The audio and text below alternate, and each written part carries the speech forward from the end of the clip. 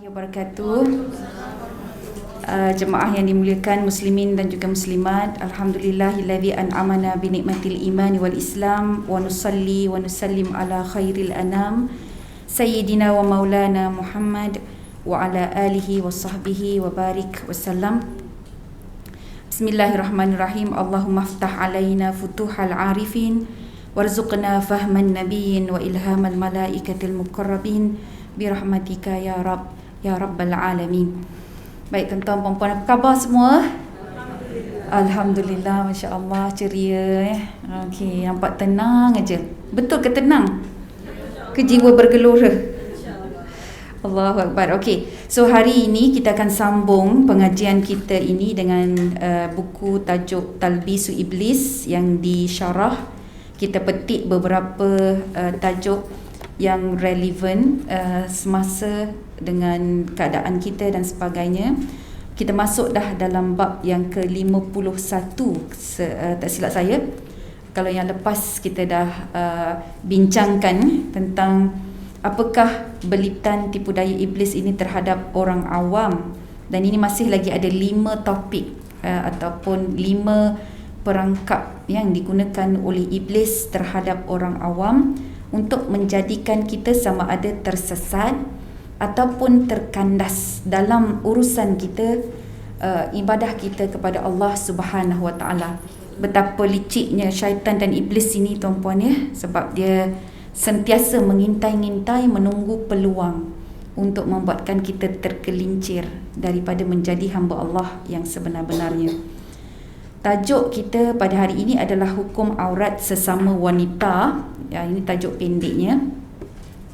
Jadi maksudnya syaitan akan mempergunakan aurat ini, aurat wanita ataupun aurat lelaki untuk menyesatkan kita ataupun menyebabkan kita terkandas dalam keimanan kita, lemas dengan keimanan kita. Kita rasa penat menjadi hamba Allah. Malas sudah ya kita nak taat kepada Allah Jalla wa'ala. So caranya antaranya adalah dengan aurat. Kalau yang lepas ada disebutkan di mana kita harus menutup aurat kita walaupun dalam kamar kecil ya. Okey.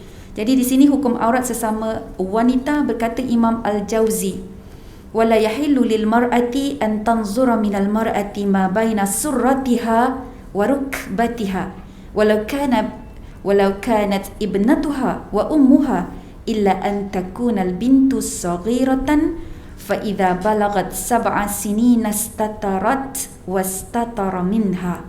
Jadi ini bukan hadis, ini kata-kata ulama huraiannya. Apa katanya? Tidak halal. Kalau tidak halal maksudnya betul.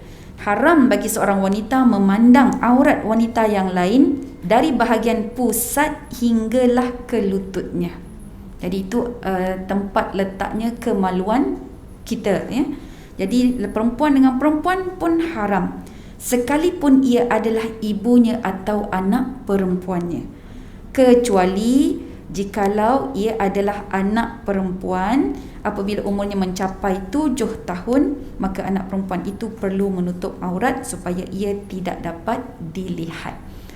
Baik, memang ternyata tuan-puan, kalau kita tahu ya, lelaki dengan perempuan ada batas aurat dia jelas, tapi ini kadang perempuan dengan perempuan. So bila perempuan dengan perempuan ni ada aspek yang limitation yang kita perlu jaga, maka kita fahamlah antara pusat dengan lutut.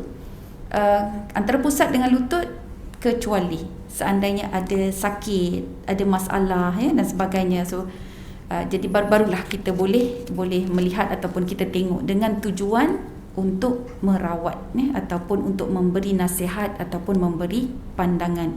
Selain daripada itu, elakkan. Sebab apa? Sebab pandailah syaitan ini, dia buat apa ya, dia buat kita hilang rasa malu sikit-sikit dulu. Dia hilang rasa malu sikit-sikit, kemudian dengan orang lain pun kita sudah rasa tidak malu. Muka surat 308. Pertama, sangat jelas bahawa batas antara wanita dengan yang berlainan jenis antara lelaki, iaitu semua anggota badan kecuali tapak tangan dan muka. Kita duduk PKP ni tuan-puan perasan tak, anak-anak kadang-kadang keluar halaman tu tak pakai tudung, selamba je kan, sebab dia kata tak ada orang, semua orang tutup, semua orang duduk dekat dalam rumah masing-masing ya. Tapi biasakanlah, sebab Al-Habisah Tegal biasa, alangkan keluar rumah tengok je, kalau waktu siang aja cover lah diri kita, itu tanda orang yang warak. Memang bukan kita nak tunggu orang ada baru nak tutup aurat kan. Jadi maksudnya situ perlu ada berhati-hati. So nasihatkan anak-anak biar jiwa dia kuat, azam dia tu untuk mentaati Allah. Jadi selalu saya sebut dengan anak-anak murid saya dulu, sebab dia kata apa macam ni, kadang-kadang madam cakap fikir lelaki best saja kan, dia berangin je, perempuan panas kan. Perempuan lelaki berangin je, maksudnya kan dia tak perlu nak tutup aurat, perempuan kena tutup pelapis-lapis begini kan, jadi perlu tahu madam. Saya kata awak perlu, saya pun perlu, sama je kita. Cuma yang seronoknya kita perempuan ini, kita kena anggap macam ni.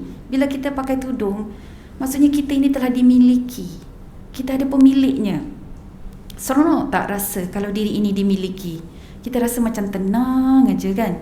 Tak adalah sibuk cari orang nak memiliki aku ke tak, kau nak miliki aku ke tak kan.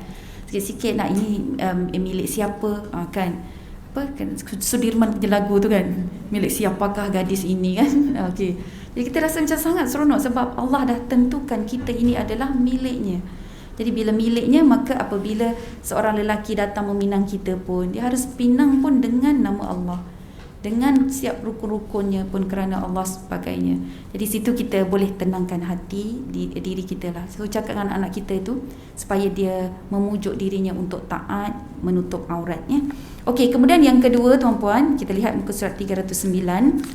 Batasan aurat sesama wanita adalah daripada pusat hingga lutut, tapi ada perbincangan ulama mengenai batasan aurat wanita muslim dengan wanita bukan muslim. Jadi kalau muslim dengan muslim senang, wanita muslimah dengan muslimah senang, dia antara pusat dengan lutut.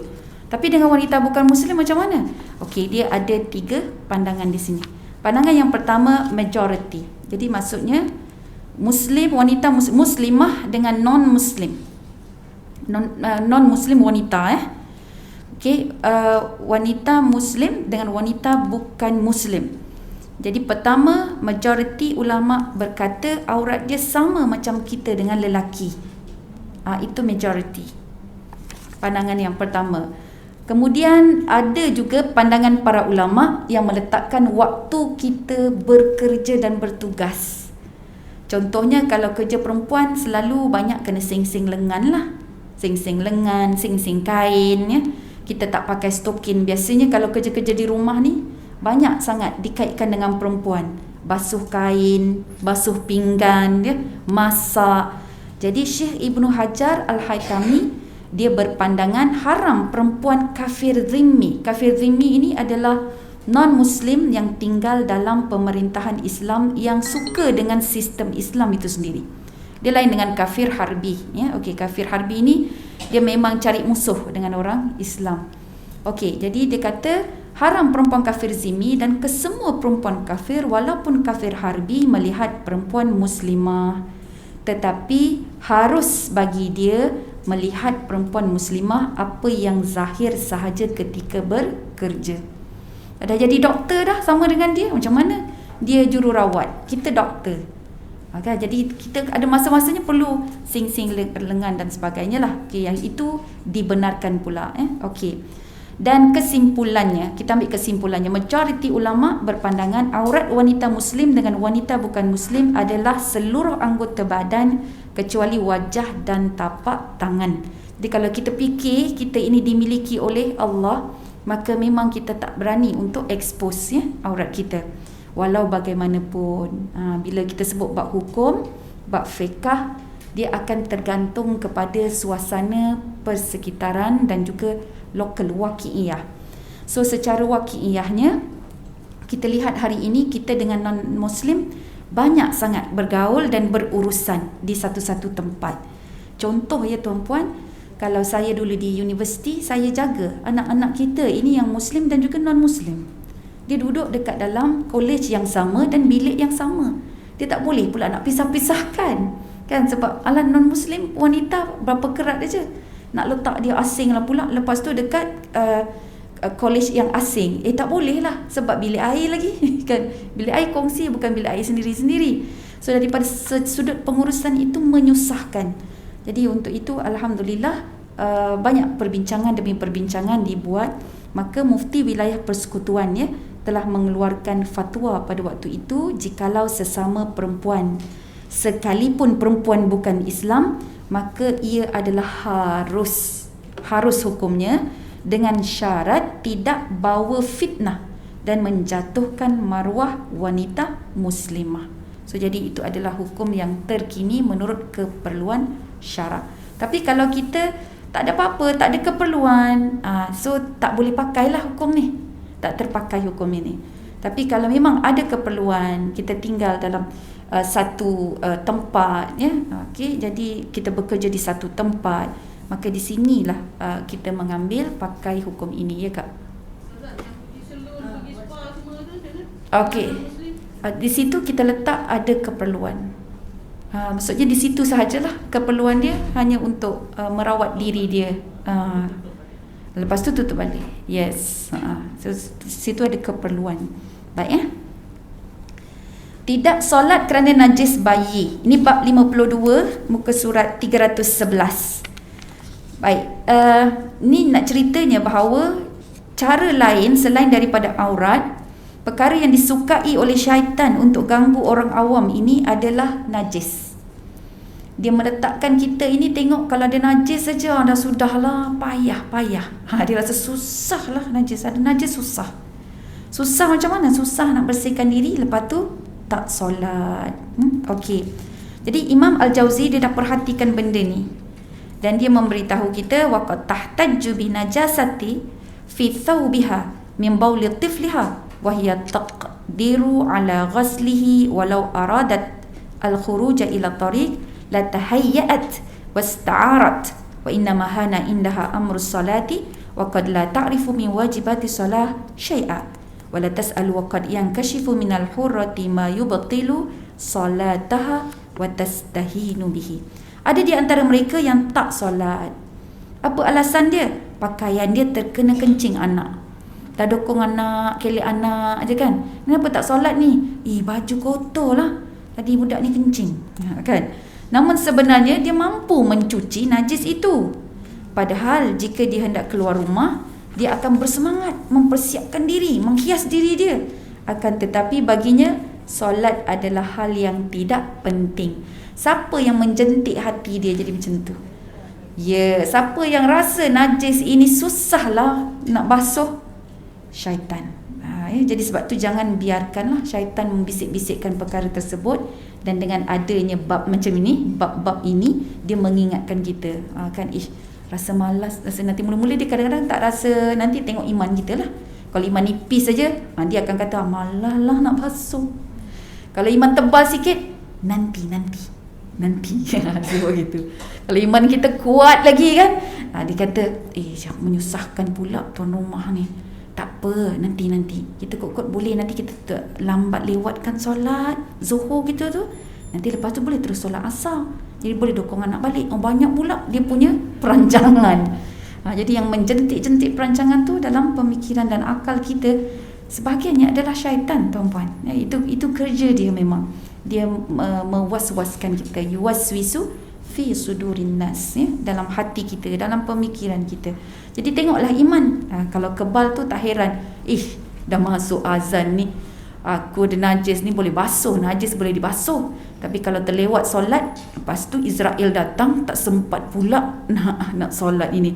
Ya Allah, ampunlah, kata terus. Tak ada rasa malu pun minta bantuan daripada tuan rumah. Saya minta maaf, saya nak basuh dulu saya punya baju, nak pinjam toilet boleh? Kan? Tak ada rasa malu. Setengah orang malu Allah. Tak nak lah susahkan tuan rumah lah pula kan. Kita ni lah macam ni, tak apalah, nantilah. Contohnya gitu kan. Walaupun begitu tidaklah masalah. Tidak ada masalah kalau kita tahu nantilah dengan usaha kita itu di mana ya kita nak solat. Tidak ada masalah. Jangan pula hukumkan semua selambat solat je ni. Ini telah dipengaruhi oleh syaitan kan. Jadi situ ada perancangan-perancangan yang tertentu, tapi ini menunjukkan bahawa salah satu daripada cara bagaimana syaitan nak menggagalkan ketaatan kita adalah dengan melalui najis. najis anak dan sebagainya. Itu belum lagi orang yang was-was tuan-puan ya. Was-was duk pandang baju dia semua bernajis. Pandang motor dia semua bernajis, pandang kereta dia bernajis ya. Pandang sejadah semua bernajis. Jadi itu pun masalah juga. Syaitan macam itulah. Mula-mula dia tahan. Lepas tu dia buat kita lebih-lebih. Over okey. Baik, kita pergi yang seterusnya, bab 53 ayat 313. Menggugurkan anak ketika hamil. Jadi di sini salah satu cara syaitan menyesatkan kita adalah dengan menjadikan kita sebagai pembunuh. Wanita-wanita juga membunuh. Selalu kita tengok lelaki ni suka bergaduh dengan berparang-parang pedang samurai bagai kan, sampai hilang tangan, hilang nyawa. Rupanya wanita juga membunuh. Dan membunuh itu bukan cancalang bunuh. Ibu sanggup membunuh anak mereka. Jadi ibu-ibu membunuh anak atas nama pengguguran. Okey. Jadi sebab itulah dalam Islam bila ia berkait dengan nyawa, dia ada kaedah dia yang tersendiri dan para ulama sentiasa akan membantu kita untuk membuat keputusan. Jadi dalam hal ini, apa kata Imam Al-Jauzi? وَقَدْ تَسْتَهِينُ الْمَرْأَةُ بِإِسْقَاطِ الْحَبَلِ وَلَا تَدْرِي أَنَّهَا إِذَا أَسْقَطَتْ مَا قَدْ نُفِخَ فِيهِ الرُّوحُ فَقَدْ قَتَلَتْ مُسْلِمًا. Dan sebahagian wanita mudah-mudahnya menggugurkan kandungan dan dia tidak sedar. Sekiranya dia menggugurkan janin yang sudah ditiupkan roh ke dalamnya, itu bererti dia telah membunuh seorang Muslim. Baik. Jadi kalau kita tengok hukum ada tiga hukum menggugurkan ni ya. Jadi yang pertama, menggugurkan anak yang kandungannya lebih daripada atau bersamaan 120 hari, 4 bulan. 120 hari on the dot lebih ya, hukumnya haram dan ini adalah hukum yang disepakati oleh semua ulama. Okey, baik ya. Jadi hukum dia haram. Yang kedua, seandainya janin itu kurang dari 120 hari. Okey, yang ini tuan-puan kita kena alert juga dengan masyarakat, dengan ahli keluarga kita. Kalau kurang daripada 120 hari, dia boleh jadi dua. Pertama, dihukumkan sebagai haram. Majoriti juga haram. Maksudnya kurang dari 120 hari nak gugur, sesaja je nak gugur kan, haram. Majoriti kata haram. Yang kedua disebut sebagai makruh. Makruh ini apabila dia syarat-syarat dia makruh sekiranya tak sampai lagi 40 hari. Tak sampai lagi 40 hari hukumnya makruh. Ada sebab? Tak ada sebab. Tak ada sebab ya? Jadi makruh aja. Alright. Ini 40 hari, tadi kita 120 hari. 120 hari tak boleh Kalau 40 hari awal 1 hingga 40 hari masih boleh lagi. Tapi hukum dia adalah makruh. So yang ketiga hukum dia adalah harus bagi bayi yang kurang ataupun janin yang berumur kurang dari 120 hari. Hukum dia harus. Harus tapi ada syarat dia. Bila boleh jadi harus? Nombor 1, apabila dengan mengandungkan janin itu, maka ia mengancam nyawa ibu. Jadi menambah penyakit ibu tu dan sebagainya, maka dia membahayakan nyawa ibu. Jadi kat sini nyawa ibu lebih penting atau nyawa janin? Ya, ibu lebih penting. Sebab apa nyawa ibu lebih penting? Sebab dia memang dah nyata-nyata dah hidup. Kalau yang janin tu belum tentu lagi. Ini kita cerita kes dia yang 120 hari ke bawah Yang 120 hari ke atas tu memang total haram. Okey. Yang kedua, kenapa harus? Apabila ada cacat yang teruk pada bayi tersebut. Cacat sikit-sikit, autism, dyslexik yang boleh dikesan sebagai contohnya daripada dalam ni, tak boleh. Cacat yang teruk itu mungkin otak dia tak ada kan, ataupun otak dia mengecil, shrink dan sebagainya. Jadi yang tu boleh dianggaplah sebagai boleh membebankan kepada anak itu sendiri. Okey.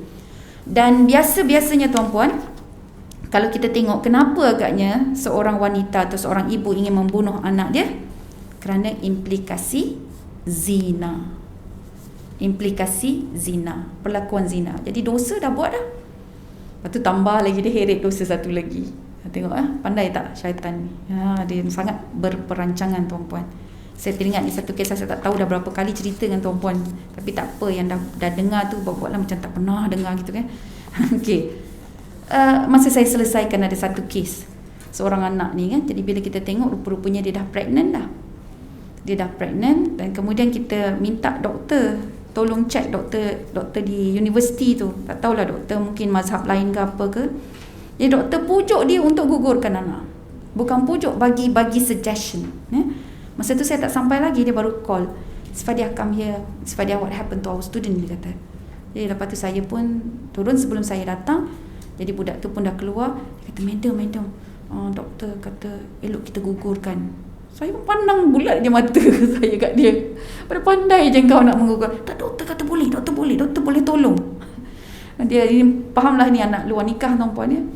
Jadi saya pun cakap dengan doktor tu, I'm sorry doktor, ni kes ini di bawah kami, biar kami ada cara untuk selesaikannya. Dia ceritanya kadang-kadang dia tak nak gugurkan, tak terfikir pun. Tapi datang daripada siapa?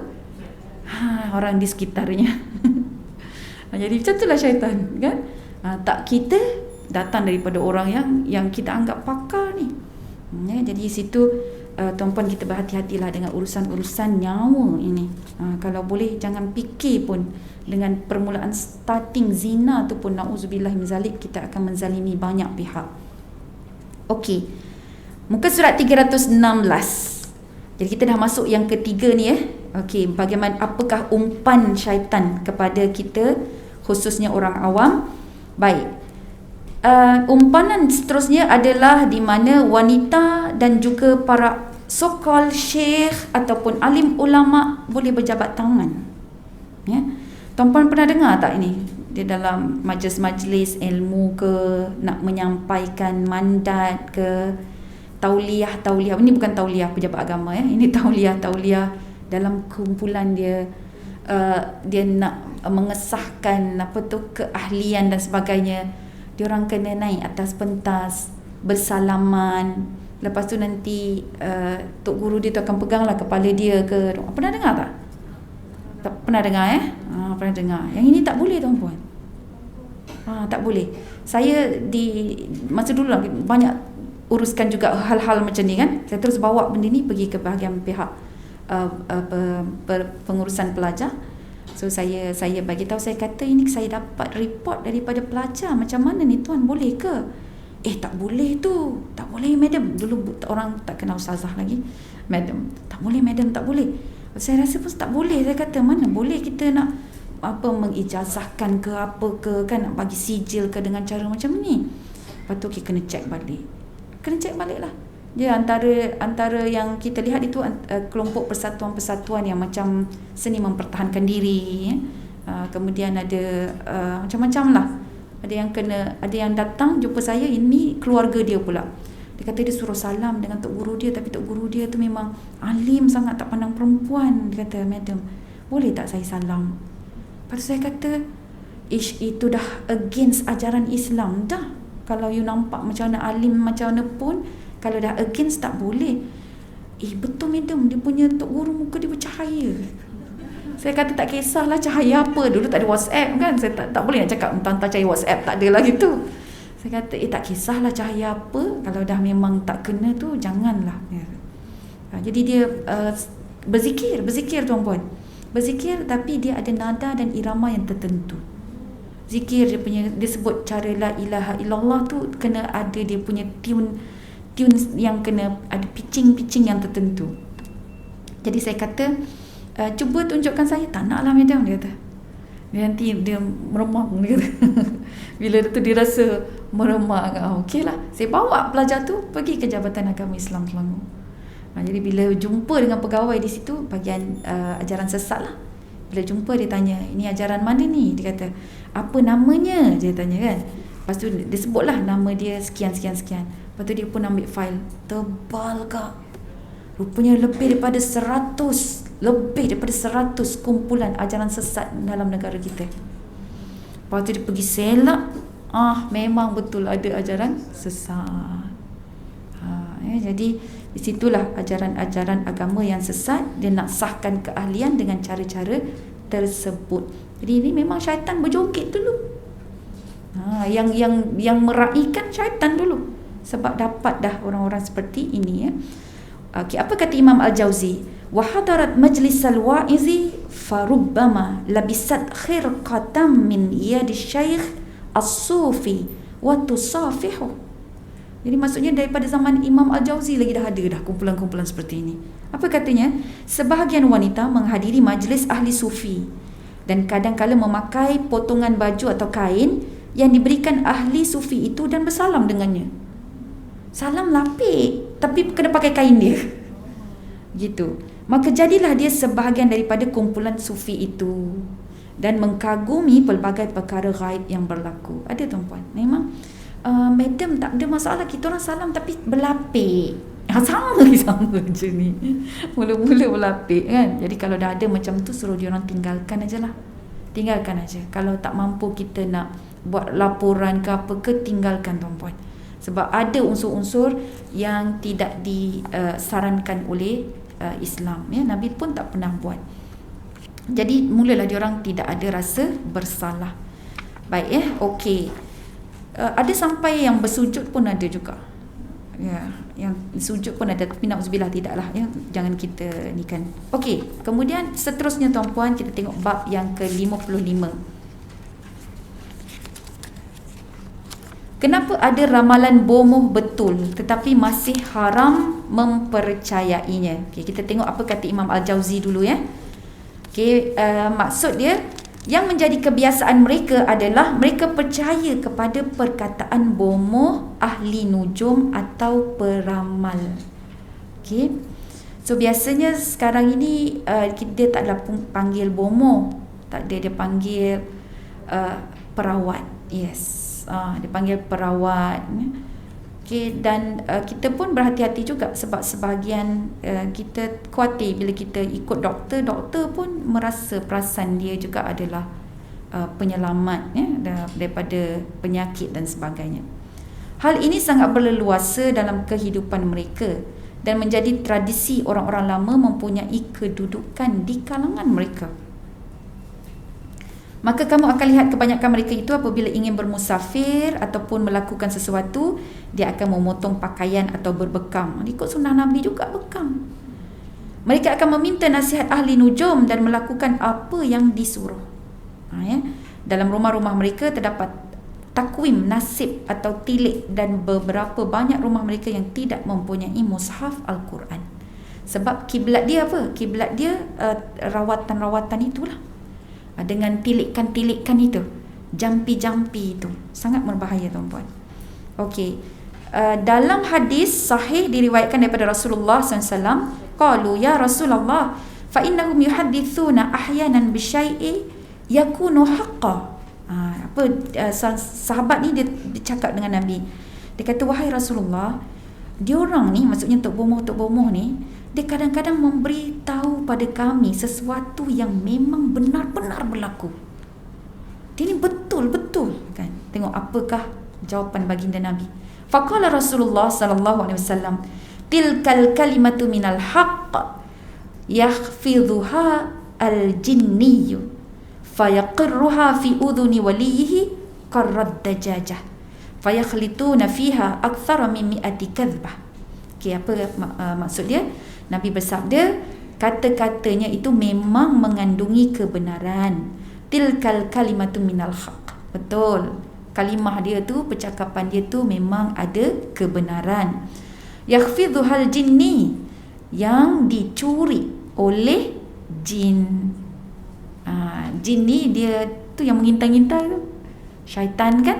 Syaitan jin ni tuan-puan, sebahagian riwayat besar menyatakan mereka ni satu kelompok. Cuma nama dia itu berlainan, sebab dia ada banyak identiti. Jin ini sesuatu yang kita tidak nampak. Sebut syaitan, dia punya enmity, permusuhan dia tu. Jadi itu ciri-ciri dia memang memusuhi manusia. Ada hasad di situ, ada iri hati di situ. Takjub pula bukan pada kita, takjub pada diri dia sendiri. Jadi sebab tu penyakit ain kan, penyakit ain dia datang daripada dua unsur, dua sumber. Disebabkan hasad, disebabkan takjub. Hasad, takjub ni bukan ciri-ciri para rasul yang mengajar kita. Nabi-nabi membimbing kita, tak pernah ada hasad, tak pernah ada takabur, sombong, tak pernah ada. Rasa kecewa ada, macam Nabi Yunus, kecewa dengan kaum dia, bawa diri dia, tinggalkan kaum dia kan. Lepas tu Allah ajar dia, dia pun ditelan oleh ikan nun sebutnya di situ. Tapi tak ada yang takjub. Tengoklah, kerana aku punya suara, kerana kekuatan aku, kerana azam aku ramai follower. Tak ada. Tak ada Nabi yang kata macam tu. Tapi yang buat macam tu adalah syaitan sendiri. Dia takjub dengan diri sendiri. Ya khalaqtani minan nar. Ya Allah, kau ciptakan aku daripada api. Macam mana aku nak sujud pada dia? Kan takjub tu. Takjub, campur takabur lagi dan sebagainya. Jadi sebab tu dia boleh datangkan penyakit ain. So apa-apa yang bersumberkan daripada syaitan, dia ada bisa dia. Jadi kita jangan sesekali mengambil sesuatu yang memang asal usulnya daripada syaitan. Kena selalu ingat tuan-puan. Sebab syaitan tu dia pecah-pecahkan kan. Dia umpan kita buat baik kan, 99 jalan kebaikan sebelum dia menjerumus dan menghanguskan segala-galanya. Jadi kata Nabi Muhammad SAW, betul dia kata perkara itu adalah hak. Al-kalimatu minal haq. Kalimah itu memang benar. Yakhtifuha al-jinni. Al-jin ni dia mencuri pendengaran dia daripada apa? Daripada perbincangan-perbincangan para malaikat, daripada langit yang dia selalu tengok-tengok kan, apakah takdir manusia ini, seseorang ini dan sebagainya. Suka sangat nak tengok. Dan bila dicuri, lalu dikokokkan ke telinga penolongnya. Tu yang sedih tu.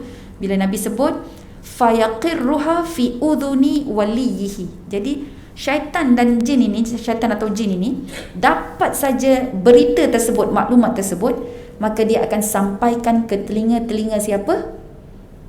Imam Al-Jauzi kata hadis ini hadis Nabi kan, waliyihi, disampaikan kepada telinga wali syaitan.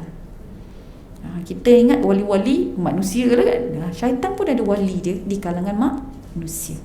Jadi baik-baik kita ni nak jadi wali siapa? Wali kepada keluarga kita mahram, wali Allah, wali syaitan. Jadi ada pilihan tu. Jadi wali syaitan pun ada ni.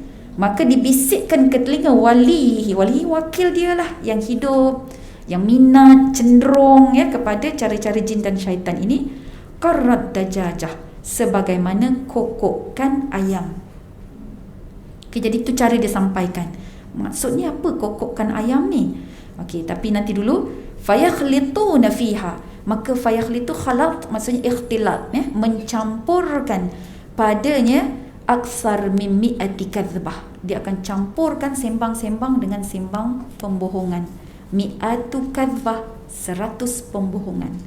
Jadi daripada satu maklumat tu yang macam betul, kemudian dia akan campur-campur, dia buat-buat lah, macam seolah-olah gitu gini jadi ramalan-ramalan, macam seolah-olah dia tahu sangat, macam benar-benar gitu ya, sehingga kita nanti dengan adik-beradik kita pun jadi musuh. Ini ada ni, saya ni kuat, saya pemegang saraf, saya rawat atas saraf, contohlah kan. Jadi saraf awak ni memang saraf tak boleh tipu punya, dia memang tunjuk. Ada di kalangan adik-beradik awak yang dengki dengan awak. Balik rumah tu kita duduk menong aja, mana satu ni ya, dia dah ada suuzan ya, dengan prasangka dan sebagainya, hasil daripada maklumat kokokkan ayam itu tadi tuan-puan. Jadi kalau kita terjumpalah perawat-perawat seperti ini, kot-kot tuan-puan ya, banyakkan istighfar, dengar je, masuk telinga kanan, lepas tu tendang balik, jangan sampai keluar telinga kiri.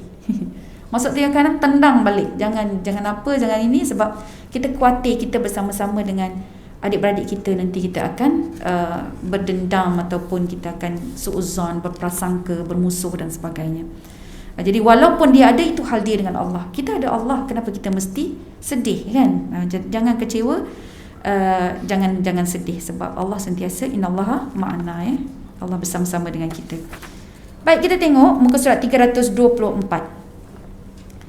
Jadi apa yang disebut ya di sini, perenggan yang pertama, bagi orang yang diuji. Siapa-siapa yang diuji dengan kesakitan ke kan, diuji dengan sihir, macam-macam gaya sihir lah tuan-puan ya. Situasinya berbeza dengan orang yang tak diuji. Apa bezanya tu? Orang yang diuji dengan musibah ini kebanyakannya tak dapat fikir secara waras ataupun rasional. Sebab dia nak cari jalan penyelesaian. Dia nak keluar daripada masalah dia. Dah tengok dah isteri muntah paku, rambut kan, jarum, darah lagi. Dia dah jadi macam, tak pernah nampak lah benda ni. Nak buat macam mana ni kan? Jadi mana yang terlintas di fikirannya, yang dirasakan dapat menyelesaikan masalahnya, akan terus diambil tanpa memikirkan baik dan buruknya. Malahan lebih teruk, ada yang sanggup tidak memikirkan halal dan haramnya. Jadi sebab tu kita berhati-hati tuan-puan ya. Jadi kalau nak pilih tu, sebab saya tak berani nak recommend siapa-siapa, kalau ada siapa yang sakit ke, saya kata pergilah dulu Darusshifa. Saya cakap tu je dulu, Darusshifa. Tapi wallahualam ada yang sebagian Darusshifa sekarang saya tak tahu perkembangan dia. Tetapi bila saya jumpa dengan orang-orang yang mengusahakannya, rasanya mereka ini antara orang yang kita boleh jadikan sebagai pilihan lah untuk rawatan. Dan kalau sesiapa tuan-puan yang tahu macam mana nak ruqyah, sebab dalam Islam Nabi memang sebut ruqyah, ada bacaan-bacaan, ada doa kan. Kemudian kita faham apa matlamat kita, niat kita berpegang kepada itu. So kalau tuan-puan memang ada kelebihan untuk merawat, belajarlah ruqyah. Bantulah orang lain selamatkan akidah mereka. Jangan sampai mereka berjumpa dengan Tok Bomo yang dapat kokokkan ayam ini tadi. Ya, okey. Baik, hukum berjumpa dengan bomoh, tukang tilik atau ahli nujum adalah haram di sisi Islam. So bomoh yang dimaksudkan di sini adalah bomoh yang menggunakan ayat-ayat selain daripada Al-Quran dalam rawatannya, seperti jampi serapah yang tidak diketahui maksudnya. Kemudian apabila kita percaya dengan tilikan bomoh, tukang tilik atau ahli nujum, termasuk dalam perkara syirik dan hukumnya dosa besar. Kata-kata bomoh, tukang tilik mahupun ahli nujum tidak boleh dipercayai dan dipegang sekalipun ianya benar dan tepat. Ni macam mana nak tepis ni tuan-tuan. Okey. Yang kedua, daripada Syarah Sahih Muslim oleh Imam Nawawi, ada disebutkan tentang penjelasan kokokkan ayam. Yang dimaksudkan dengan kokokkan ayam ini adalah kokok ataupun bisikan ke telinga penolongnya menunjukkan perangai jin.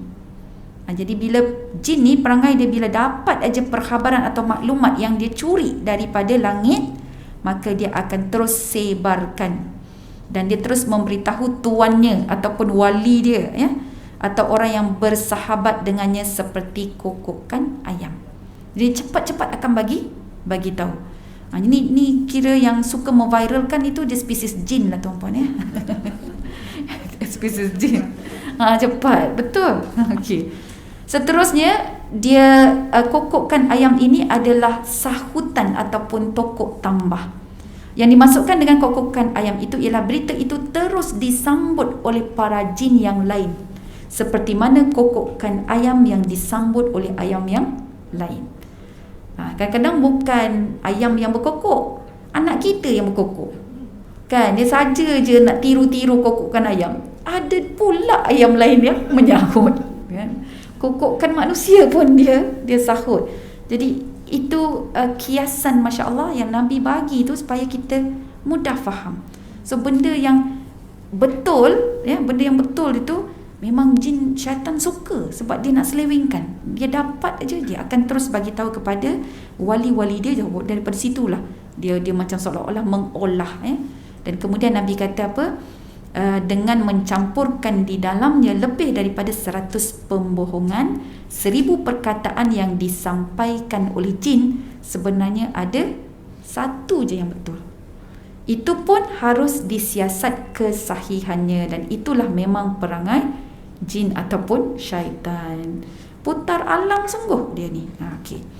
Baik, seterusnya yang keempat, ada lagi kiasan lain supaya kita tengok ya, status berita-berita yang macam ini. Di dalam agama pula, para ulama berkata, Sesiapa yang mentafsirkan Al-Quran dengan pendapatnya sendiri, ia menjadi salah sekalipun tafsirannya benar. Jadi bila kita baca Al-Quran tu yang penting untuk tadabbur dengan rujukan daripada tafsir-tafsir.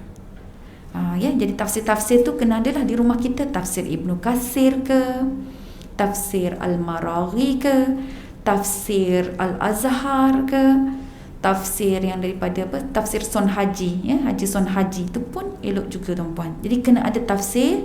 So seandainya lah kita bila pendamping dengan Al-Quran ini, dia biasanya dia akan rasa tertarik nak tahu lebih.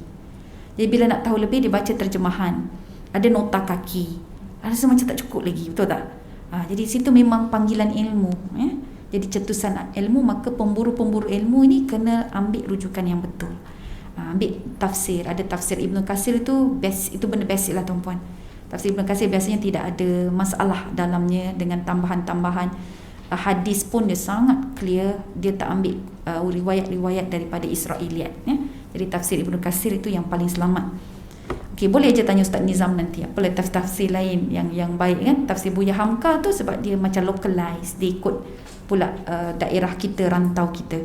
Jadi kita kena tengok yang itu, kemudian barulah kita fikir macam mana kita nak laksanakan dalam keadaan rumah kita, keluarga kita, masyarakat kita dan sebagainya. Jadi perlu ada penapisan penjelasan daripada ulama tafsir itu sendiri. Jadi maksudnya sesiapa yang mentafsir Al-Quran dengan tidak mengikut kaedah yang betul, maka tafsirannya itu tidak betul sekalipun tafsirannya betul. Faham ya? Maka tafsirannya itu tidak betul sekalipun tafsirannya betul. Sebab apa yang tak kena ni? Yes, kaedah tepat. Kaedahnya tu tak kena sebab dia bagi dia punya pengertian pendapat sendiri. Jadi sebab itu dia perlu faham daripada petikan daripada mana. Tafsir Ibnu Katsir normally dia akan combine hadis, ayat Al-Quran dulu. Dia tafsirkan Al-Quran itu dengan ayat Al-Quran yang ada dalam Al-Quran lain. Sebab memang itu sifat Al-Quran. Dia akan explain sendiri. Dia akan explain ayat-ayat dia sendiri. Yang kedua barulah dengan hadis Nabi. Jadi ambil petikan hadis Nabi, apa yang Nabi sebut tentang ayat ini. Daripada asbabun nuzul sebagai contohnya kan. Kenapa? Sebab ayat ini diturunkan. Contohnya ayat surah Al-Baqarah ayat ke-35 minta maaf kalau saya tak silap, surah An-Nur, surah An-Nur ayat 34 Ar-rijalu qawwamuna 'alan nisa. Kat situ dia ada asbabun nuzul, pasal kena pukul lah dan sebagainya, dia ada sebab-sebab dia. Jadi kalau macam tu kita tengok dulu apa yang menjadi sebabnya sampai turun ayat ini. Kalau tak ada, tengok apa pula kupasan para sahabat. Jadi para sahabat punya pandangan dan idea itu lebih penting berbanding daripada pandangan kita sendiri.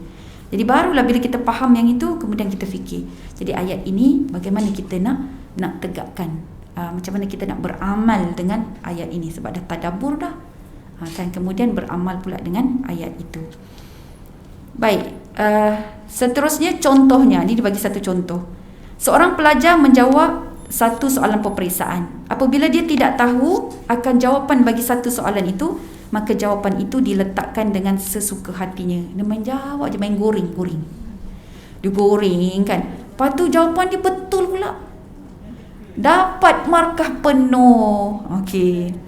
Maka para ulama mengatakan meskipun jawapannya betul, caranya tetap tidak betul. Jawapan yang betul itu kerana nasib. Nasib lah, hari tu kena betul-betul lah ABC. Dan kadang-kadang bukan nak tulis apa pun, kita pilih je ABC. Nak jawab C lah, InsyaAllah C ni cerdik. C cerdik. Jadi dia pun bulatkan lah C tu. Tengok betul. Betul. Tapi dia tak tahu jawapan dia. Dia buat je kan. Kena. Jadi adakah seterusnya dia akan terus menjawab dengan betul pada soalan yang tidak diketahui jawapannya? Kan, adakah nasib akan terus menyebelahinya? Okey, jadi hal ini dikaitkan dengan perkara yang betul tetapi masih salah. Seperti berita daripada jin, sekalipun ia benar tetapi caranya tetap tidak benar. Manusia tidak sepatutnya meletakkan kebergantungan terhadap jin, tetapi kebergantungan itu mestilah diletakkan kepada Allah Subhanahu Wa Taala semata-mata. Syirik hukumnya meletakkan tempat kebergantungan selain daripada Allah Subhanahu wa Ta'ala. Jadi tuan-tuan dan puan-puan, sekarang ini actually walaupun matlamat kita itu betul, tetapi kaedah tak kena, maka kena reject. Al-ghayah la tubarrirul wasilah. Pernah dengar tak? Ini kaedah fiqh.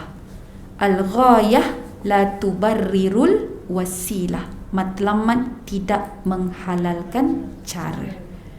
Jadi walaupun memang matlamat kita nak dapatkan berita yang benar, tapi caranya itu salah, maka tetap salah. Saya nak contoh, saya nak mencari rezeki buat ahli keluarga saya. Saya penjaga pemegang nafkah buat ahli keluarga saya. Contohlah seorang lelaki cakap macam tu kan. Tapi dia pergi mencuri, kawan. Bila kena tangkap tu, kenapa mencuri ni? Saya adalah ketua keluarga dan tulang belakang keluarga ini, dan saya mencuri untuk menunaikan tanggungjawab saya demi keluarga saya, untuk memberi nafkah kepada keluarga saya. Boleh macam tu? Tak boleh. Sebab kaedah tak betul. Boleh je nak cari rezeki, memanglah Allah suruh kita cari rezeki kan, tapi tak kena cara, memang semuanya terbatal. Jadi begitulah dalam Islam, Masya Allah. Sebab tu Allah SWT kan dia meletakkan kepada kita usaha kita kan, dia taklifkan kita itu tengok proses. Allah tak tengok natijah, Allah tak tengok kau ni dapat rezeki ke tak, tapi Allah tengok kaedah, caranya dan sebagainya. Dia lain dengan exam dekat dunia ni. Exam kat dunia dia tak tengok macam mana kau buat apa, belajar macam mana, malam tidur ke tak tidur, buat nota ke tak ada ke. Dia tak tengok yang tu. Dia tengok result tu macam mana, boleh jawab ke tak. Tu yang bila bulatkan C je, betul-betul lah tu. Jadi di situ perbezaan dia, dan di situ jugalah syaitan memainkan tipu dayanya. So belitan dia itu adalah pada mana? Pada kaedah, ya. Jadi kaedah dia tu dia tepis supaya kita tengok pula kepada apa yang disebut sebagai result. Kita tengok result, kita tidak tengok kaedah. Okey, jadi padahal Allah Subhanahu Taala melihat pada kaedah. Jadi situlah yang dia letak buat shortcut ke apa ke. Baik tuan-tuan puan-puan, alhamdulillah kita sudah selesai untuk bab yang ini. Kita akan masuk bahagian yang kelima, tapi saya reserve untuk bulan ke-12. Keadaan dia sangat berat, dada dia ketat, okey. Kalau siapa yang pernah dengar ni, katanya Ustaz Kazim selalu bacakan yang ni. Baik, ikut saya. Bismillahirrahmanirrahim. La ilaha illallahul azimul halim. La ilaha illallah Rabbul arshil azim. La ilaha illallah Rabbus samawat wa Rabbul ard Rabbul arshil karim. Kita baca sekali lagi. La ilaha illallah Al-Azimul Halim. La ilaha illallah Rabbul Arshil Azim. La ilaha illallah Rabbus Samawat wa Rabbul Ard Rabbul Arshil Karim. Sekali lagi. La ilaha illallah Al-Azimul Halim. La ilaha illallah Rabbul Arshil Azim. La ilaha illallah Rabbus Samawat wa Rabbul Ard wa Rabbul Arshil Karim. So jadi di sini sangat indah makna dia lebih kepada kita bertauhidkan pada Allah. Jadi maksudnya kita betulkan iman kita balik. Ada rasa marah, ada rasa kecewa, mungkin rasa sempit dada kita. Jadi kita perbetulkan balik akidah kita. Maksud dia tiada Tuhan selain Allah yang Maha Agung dan sangat penyantun. tiada Tuhan selain Allah. Tuhan yang memiliki arash yang besar lagi agung, tiada Tuhan selain Allah. Tuhan yang menciptakan langit, menciptakan bumi dan juga arash yang mulia. Jadi semua nama-nama Allah dan juga kehebatan yang dimiliki oleh Allah Subhanahu Wa Taala. Jadi situ biar hati kita ini yang mungkin keras, yang mungkin marah, yang mungkin tegang, yang degil, dia tunduk kepada kekuasaan Allah Subhanahu Wa Taala. Jadi amin amin ya rabbal alamin. So sekian dulu, jaga diri, jaga kesihatan, tambah imunisasi, tambah ketakwaan, jangan beremosi. Allahu a'lam.